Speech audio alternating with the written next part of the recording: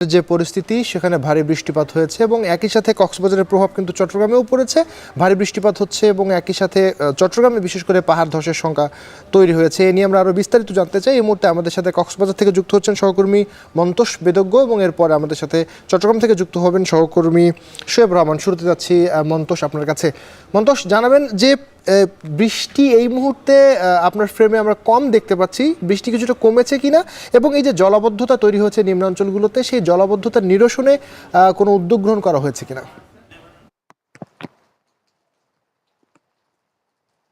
আবির, সন্ধ্যার পর থেকে মূলত বৃষ্টিপাত কিছুটা কমেছে, থেমে থেমে মাঝারি বৃষ্টিপাত হচ্ছে, গুড়ি গুড়ি বৃষ্টি হচ্ছে, কখনো বৃষ্টি বাড়ছে কখনো কমছে, এই ধরনের পরিস্থিতি এখন রয়েছে। এই মুহূর্তেও বৃষ্টিপাত কিছুটা কম রয়েছে। আপনি যেটি বলছিলেন জলাবদ্ধতা নিরসনে কোনো উদ্যোগ নেওয়া হয়েছে কিনা, এটি আসলে একটি দীর্ঘ প্রক্রিয়া। এখানে বিশেষ করে কক্সবাজার শহরের কথাই যদি বলি, এখানে কোটি কোটি টাকা খরচ করে কিন্তু এখানে নালা নর্দমার গুলোর কাজ হয়েছে, সড়ক পুনর্নির্মাণ হয়েছে এবং বেশ কিছু দখলদারকেও উচ্ছেদ করা হয়েছে।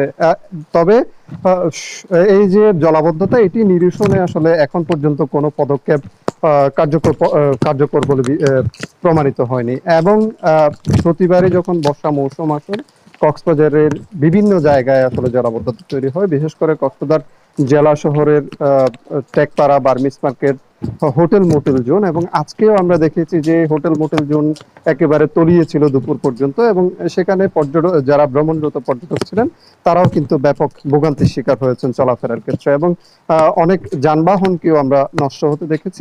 একইভাবে কক্সবাজার শহরের যে কুতুবদিয়া পাড়া, সমিতি পাড়া কিংবা ফতনা ডেল, এইসব এলাকায় যাতায়াতের ক্ষেত্রে যে সড়কটি ব্যবহার করা হয়, সেই সড়কটিও আমরা দেখেছি একেবারে পানিতে নিমজ্জিত ছিল, এবং সেখানকার যে ঘরবাড়িগুলো রয়েছে সেখানে অধিকাংশ ঘরবাড়ি কিন্তু পানিতে নিমজ্জিত ছিল। এবং বৃষ্টিপাত যেহেতু সন্ধ্যার পর থেকে কিছুটা কমেছে, কিছু কিছু জায়গায় আসলে পানি নেমে গিয়েছে এবং কিছু জায়গায় এখনো পানি অবশিষ্ট আছে। আজকে জলাবদ্ধতার যে সমস্যা, সেটি কক্সবাজারের উখিয়া, টেকনাফ উপজেলা, রামু উপজেলা এবং কক্সবাজার পৌরসভার কিছু অংশে জলাবদ্ধতা তৈরি হয়েছে, এবং এই জলাবদ্ধতার কারণে এখানে প্রচুর মানুষ কিন্তু ভোগান্তির শিকার হয়েছেন। অন্তত 50টা গ্রামের ঘরবাড়িতে পানি ঢুকেছে বলে আমরা স্থানীয় সূত্রে জানতে পেরেছি। এবং এখানে একটি তথ্য জানিয়ে রাখি, আজকে কিন্তু পাহাড় ধসের ঘটনায় আজকে ভোর রাতে কক্সবাজার সদর উপজেলার দক্ষিণ দিককুল এলাকায় পাহাড় ধসে 3 জনের মৃত্যু হয়েছে, এবং উখিয়া উপজেলায়ও 3 জনের মৃত্যু হয়েছে। এছাড়া টেকনাফ উপজেলায় একজন শিশুর মৃত্যু হয়েছে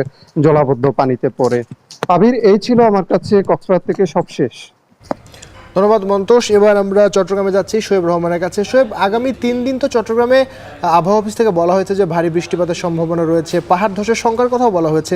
একটু জানাবেন, মহানগরীতে তো বৃষ্টি হলেই জলাবদ্ধতা তৈরি হয়, এই মুহূর্তে যে বৃষ্টিপাত হচ্ছে জলাবদ্ধতা তৈরি হয়েছে কিনা, হলে কোন কোন জায়গায় হয়েছে, এবং একই সাথে যে পাহাড়গুলোতে ধসের সংখ্যা তৈরি হয়েছে সেখানকার যারা বসবাসকারী রয়েছে তাদেরকে সরিয়ে আনবার ব্যাপারে কোনো উদ্যোগ নেওয়া হয়েছে কিনা?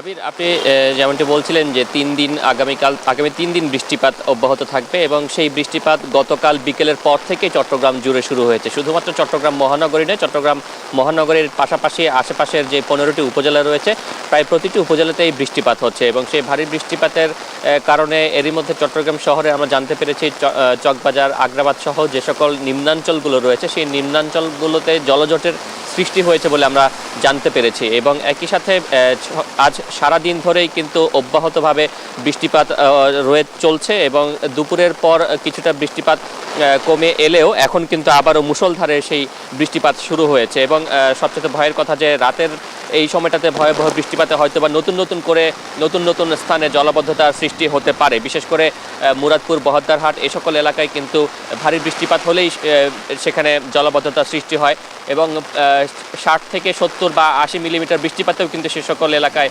জলাবদ্ধতার খবরের চিত্র আমরা দেখেছি অতীতে। এবং আজকে যেটি বলতে পারি যে আজকে দুপুর 3টা পর্যন্ত গত 24 ঘন্টায় 118 মিলিমিটার বৃষ্টিপাত রেকর্ড করা হয়েছে, এবং যেহেতু এখনও বৃষ্টিপাত রয়েছে, আপডেট তথ্যে সেই পরিমাণটা হয়তো বা আরও অনেক বেশি ছাড়িয়ে যাবে। এবং বৃষ্টিপাতের কারণে চট্টগ্রামে বরাবরই পাহাড় ধসের সংখ্যা থাকে। আবহাওয়া অফিস থেকেও সেই বিষয়টিতে সতর্ক করা হয়েছে এবং সতর্কতার পর আমরা দেখেছি বিকেলের পরে সন্ধ্যার কিছুটা আগে জেলা প্রশাসনের পক্ষ থেকে নগরীর মতিঝর্ণা এলাকা, আকবর শাহ সহ বেশ কয়েকটি এলাকায় যেখানে পাহাড় ধসের শঙ্কা রয়েছে কিংবা যে সকল এলাকায় পাহাড়ের পাদদেশে ঝুঁকিপূর্ণভাবে অনেকে বসবাস করছে সেই সকল এলাকায় মাইকিং করে যারা স্থানীয়রা রয়েছেন তাদেরকে নিরাপদ আশ্রয়স্থলে সরে যেতে নির্দেশ দেওয়া হয়েছে। তবে এখনো পর্যন্ত কোনো পরিবার বা কোনো ব্যক্তি নিরাপদ আশ্রয়স্থলে সরে গিয়েছেন কিনা সেই তথ্যটি আমাদের কাছে এখন পর্যন্ত নেই। এবং আমরা দেখেছি যে এর আগে অর্থাৎ 2007 সালে কিন্তু একদিনে এই পাহাড় ধসে 127 জনের মতো মানুষের প্রাণহানি হয়েছিল এবং গত বছরে কিন্তু নগরীর 16 শহরে প্রায় 16 শহরে পাহাড় ধসে বাবা এবং মেয়ের মৃত্যুর ঘটনা আমরা দেখেছি। এবং সেই কারণে আসলে যদি বলি যে এবারও পাহাড় যেহেতু টানা 3 দিন বৃষ্টিপাত চলবে এবং ভারী বৃষ্টিপাতের কথা বলা হয়েছে, তাই এবারও কিন্তু আবহাওয়া অফিসের পক্ষ থেকে যেই পাহাড় ধস সেই পাহাড় ধসের সংখ্যার কথা জানানো হয়েছে এবং একই সাথে বলা হয়েছে যে এই পাহাড় ধসের পাশাপাশি চট্টগ্রামের বেশ কয়েকটি জায়গাতে আকস্মিক বন্যা, বিশেষ করে আমরা দেখেছি মিরসরাই এবং ফটিকছড়িতে কিছুদিন আগে বন্যার সৃষ্টি হয়েছিল।